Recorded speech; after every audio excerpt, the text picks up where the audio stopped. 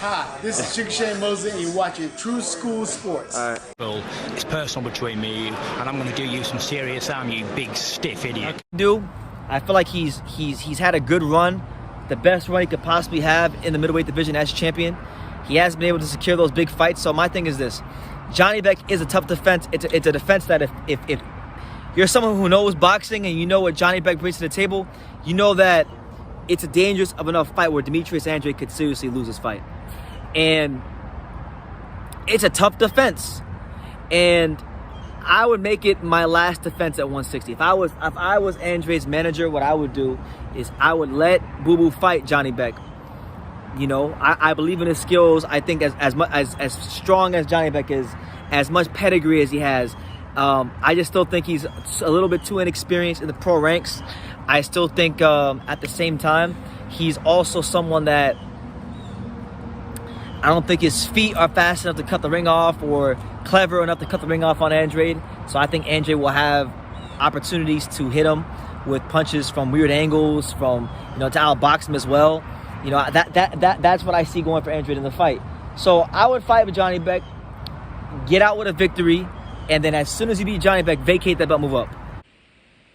The Untouchable True School Sports Empire proudly presents something the boxing game's been missing. Hey, what's going on? It's your boy BT, and I came here to talk some boxing with the thousands of True School Sports subscribers. Now, this is really the video that I haven't been excited about making because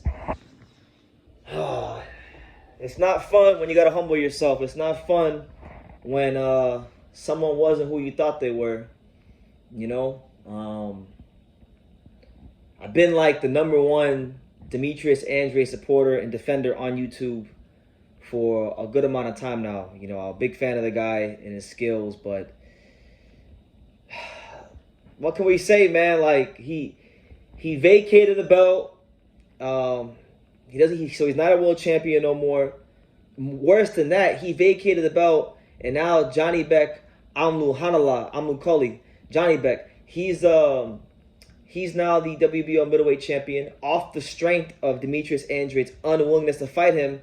And Andrade has now went to the WBO, and I guess they worked out something, and now he's going to fight Zach Parker for the interim in their original postponed fight. Now, when this happened earlier this year, when Andrade worked out the deal with the WBO early in the year, and he was able to fight Parker, but he still had the belt, I was okay with it.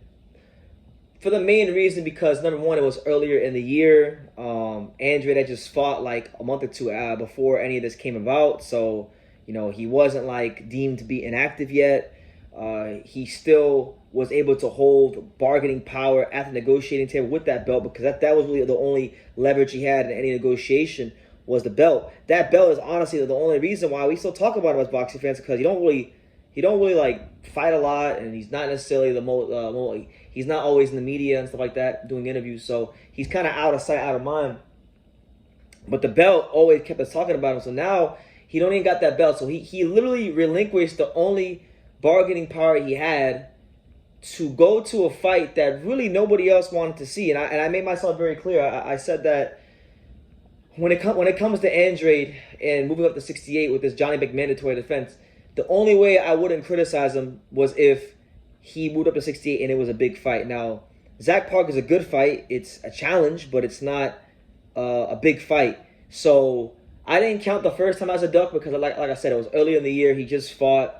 I didn't deem him to be inactive. Plus, Janibek hadn't won the interim belt yet. Plus, Janibek's built up some good momentum, some good hype with the knockout over Danny Dignam and the constant trash talking and the barrages from his Twitter account. So he's got a lot of people excited about the prospects of him fighting and potentially knocking out Andrade. So the fight to me made more sense in the last few months than it did earlier in the year, or maybe in early 2021 or anything like that, or late 2021. It more so made sense to happen now more so than ever. And Demetrius Andrade exposed by Janibek.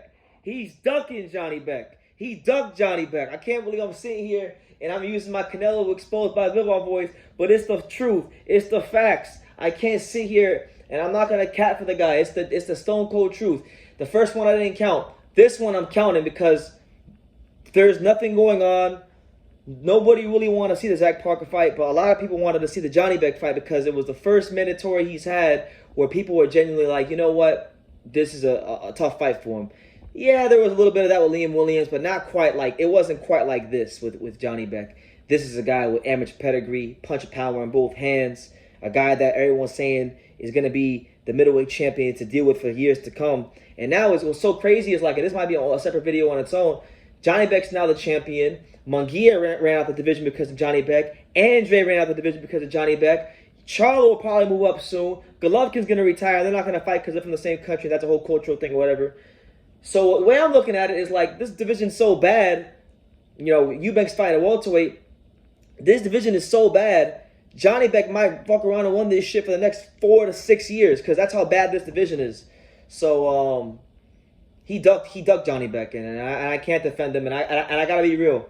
I said in one of my last Andrade Janibek videos that this fight wasn't necessarily about money. This was more so about solidifying your middleweight title run, putting that last cherry on top and taking on a tough opponent in Janibek, getting that scalp on your resume, and then, you know, after you beat him and vacate the belt. But he's dropped the belt. He's allowed another man to become champion off the strength of his unwillingness to fight, and that's a duck. That is a clear duck. That's everything that we don't like about boxing, and it's unfortunate because this is a guy, Andre, who I feel like I've stuck up a lot for, and I do feel like in many cases he was done wrong by boxing. But you know, for the people that don't like him, this gives them a lot of basis to say, hey, look at all the checker history in the past. This is the same tune we've been hearing with Andre for years. So he's gonna fight Zach Parker. Personally, look, I view Zach Parker and Janibek around the same level. I know some people say Janibek is way better than Parker.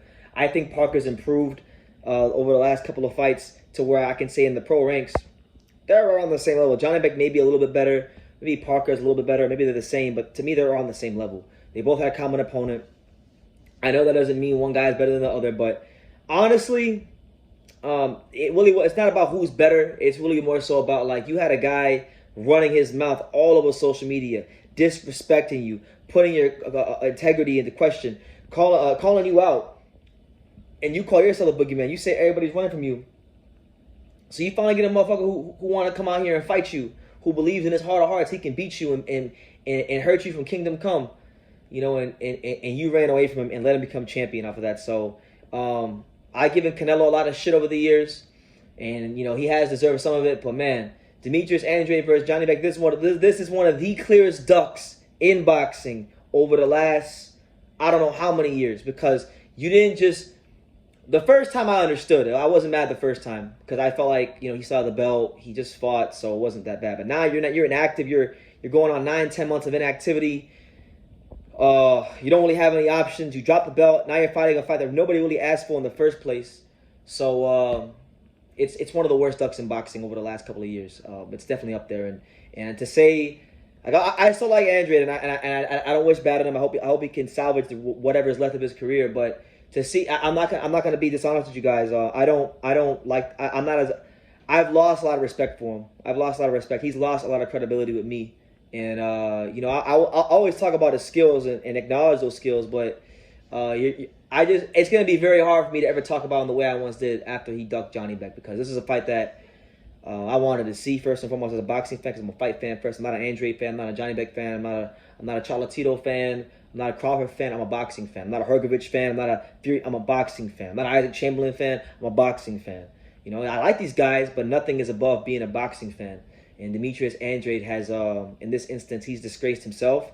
He's disgraced, you know, his career, and he's really disgraced the sport, because you were the middleweight champion of the world. You were a champion in one of boxing's most prestigious weight classes, and you had a chance to really solidify your middleweight title run with a name that people really thought was gonna beat you, and it would have been a feather in your cap. And you would have fought on ESPN.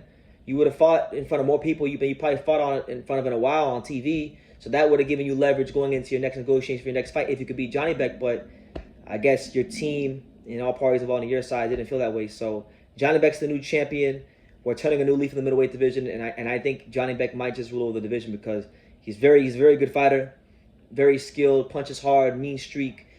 And not just that, there really is the middleweight divisions is just one of the worst divisions of boxing seen in a long time. This current crop of the middleweight division. So Andrade is a duck.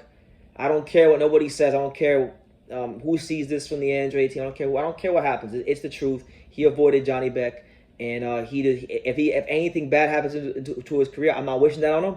But if he loses a fight and he can't get fights after that, I don't want to hear any crying or complaining because he did it to himself. So I'm gonna leave it at that. I'll have a live about this later on, probably tomorrow, and we'll discuss it more there. I'll have more to say there. But these are my initial thoughts on it. You guys take care. God bless. Demetrius Andrade exposed by Janibek. And yeah, like I say, every single one of these videos, you guys can love me or you can hate me, but I'm just a kid from Daniel. So until next time, take care, guys. Just like Mayweather's uncles would say, a lot of people don't know shit about boxing. You do. You've done it. Thank you. You about the only smart guy that I know, bro. Nobody knows shit about boxing. I appreciate it, man. I want to say, man, make sure to follow True School Sports, always covering boxing at the highest level, man, and make sure to subscribe to his YouTube channel. Follow him on Instagram at Just a Kid from Danny as well. He the plug.